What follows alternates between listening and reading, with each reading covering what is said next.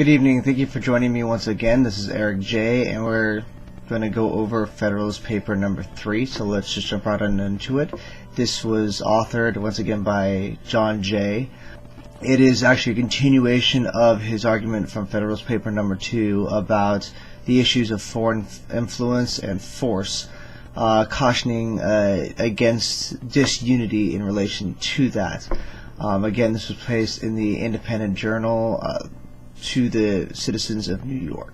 J, again referring to John J, begins with the reinforcement that any well-informed citizenry would tend to think very highly of their own nation, remaining under the unity of a federal government and the protection that government would provide relative to the minimal protections of disunited individual confederacies or states remaining independent of each other, given this equal powers that are being invested within the federal government, also being invested within the states. It's just the federal government would have greater ability to exercise those same powers for the protection of their citizens, as well as for the relative economies.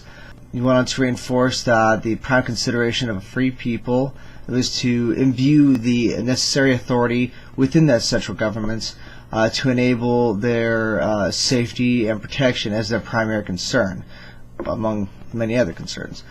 But how do people can define safety? He goes into can vary widely depending on the circumstances. So just as a point of reference in this particular Federalist paper, he's focusing once again on foreign arms and influence and the dangers that can arise from that influence, even injecting itself within domestic issues, domestic causes, meaning not just a foreign army invading, but a foreign army or a foreign power investing its influence within the local citizenry to be able to affect things without actually devoting their individual influence and power to it. So it would basically like a domestic spy, a domestic agent, and the relative dangers associated with those influences. And he is reinforcing through this Federalist paper that he wants to promote the question whether or not people are correct that a federal authority is the best protector of those rights against those kinds of dangers, affording, the way he puts it, as the best defense from hostilities from abroad. He reinforced that all such hostilities were always to be determined and initiated by their causes and the relative weights to those causes, meaning that hostilities don't just spring up on their own. There's always a reason that initiates those hostilities between two nations or a city-state and a nation or what have you. The quote that he puts forward is, the number of wars which have happened or will happen in the world will always be found to be in proportion to the number and the weight of the causes, whether real or pretended, which provoke or invite them. If this remark be just, it becomes useful to inquire whether so many just causes of war are likely to be given by United States, by a united America, as by a disunited America. And he goes on to reinforce what exactly is a just cause for war, which, and I quote, "The just causes of war, for the most part, arise either from violation of treaties or from direct violence." So we're talking about at the time, it would have been maritime disasters, issues between, say, a privateer or between one navy and another, or one navy and a commercial interest that fly under the flag of a specific nation. Just different hostilities that might arise. He delineated that America has already, up to the point that he wrote this paper, signed treaties with 6 separate powers at the time, which include Portugal, Spain, Prussia, and Britain, as well as a couple of others. And he's reinforcing that nearly all of them, with the exception of Prussia, are maritime powers, so they mostly all have the great capability of being able to annoy or injure America militarily, like I said, either by attacking the people or our economic interests. And it reinforces the need to respect the laws of nations for America to maintain its national protections. Jay postulated that it would be far easier for a single central government to protect the nation as opposed to 3 or 4 distinct decentralized confederacies, reinforcing the ability of the central governments. Quote, because once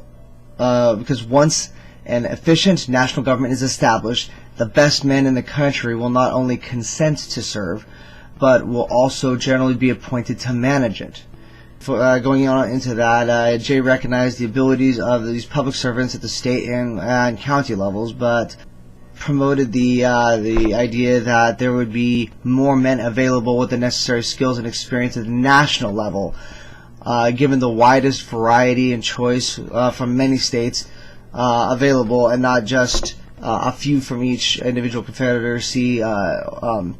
Just to reinforce the point, if you have 13 states, each of them separated up into like 3 different confederacies, then each confederacy only has access to the populations of 3 or 4 states.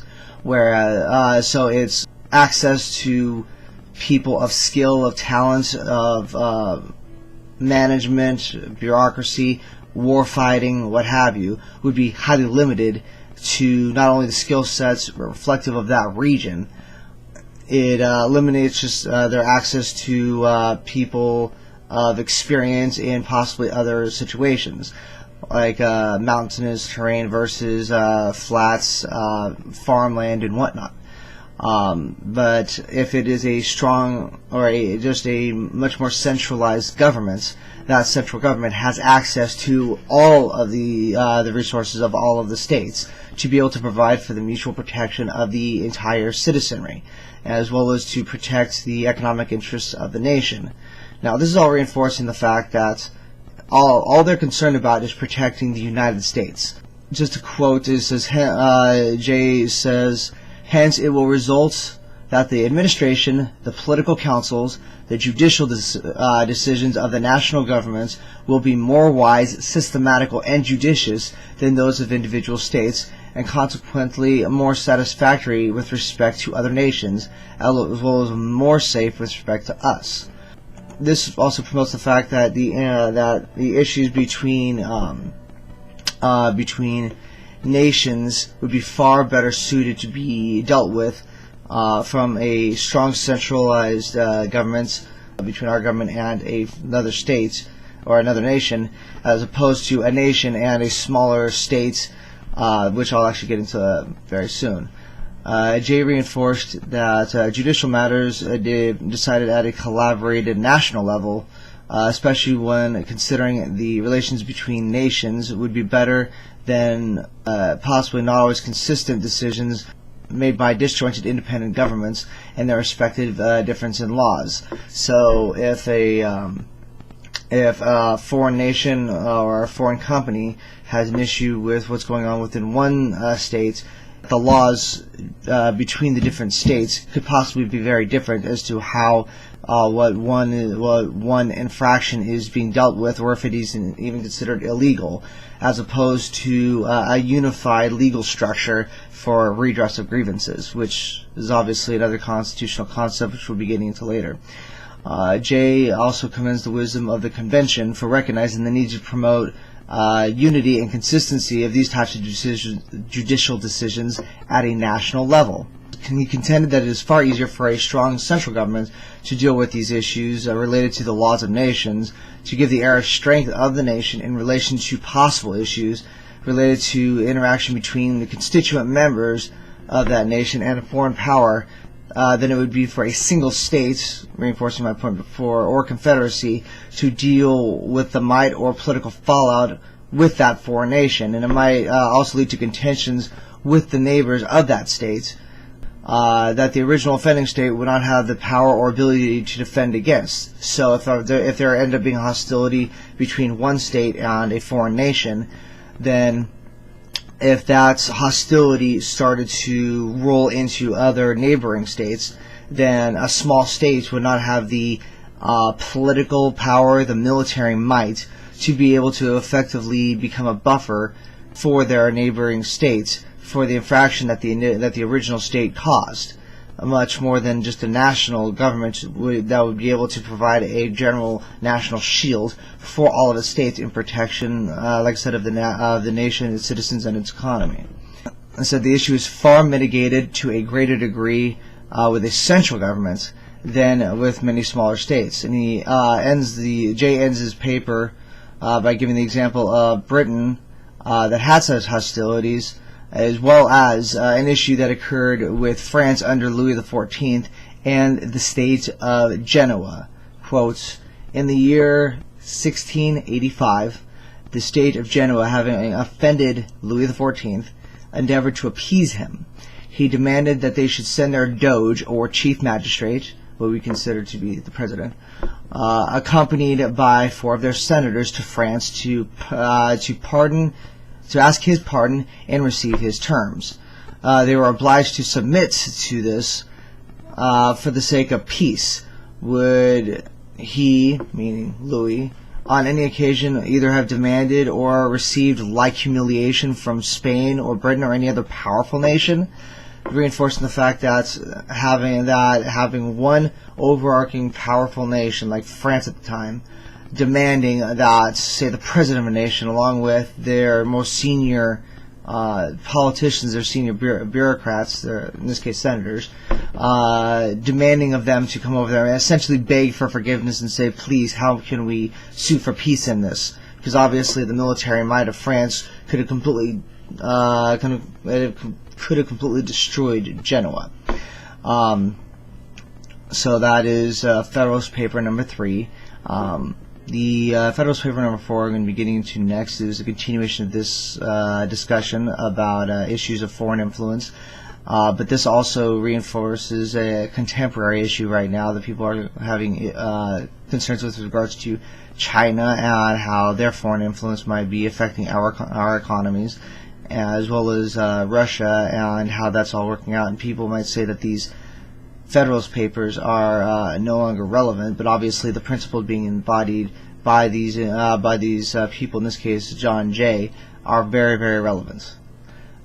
Thank you very much for being with me tonight on this joining me in this discussion about Federalist Paper number 3. If you wish to learn more about this subject, please ensure to look below at the description box for the book of the Federalist Papers, which is provided by the Institute for Principal Studies, which is an amazing organization which provides further information on similar topics of this type. Also, should it pique your interest, for the enterprising mind, below is a link to the Tom Woods Liberty Classroom, where you can really expand your knowledge of free market economics, which is the same school of thought that great thinkers such as Milton Friedman as well as Murray Rothbard really championed. So go ahead and take a look at it through that link, as well as for those fans of Ron Paul, go ahead and check out his homeschool curriculum also below in the description box. Thank you and good evening. Thank you for joining us this evening with our discussion. Please do yourself a favor, hit that subscribe button so you don't miss any of the additional uploads that I make. Please remember to share with your friends and family so they can also join in and contribute to the discussion about government and our founding documents. Also, do yourself a favor and check out the other videos on my channel so we can continue the discussion even with them.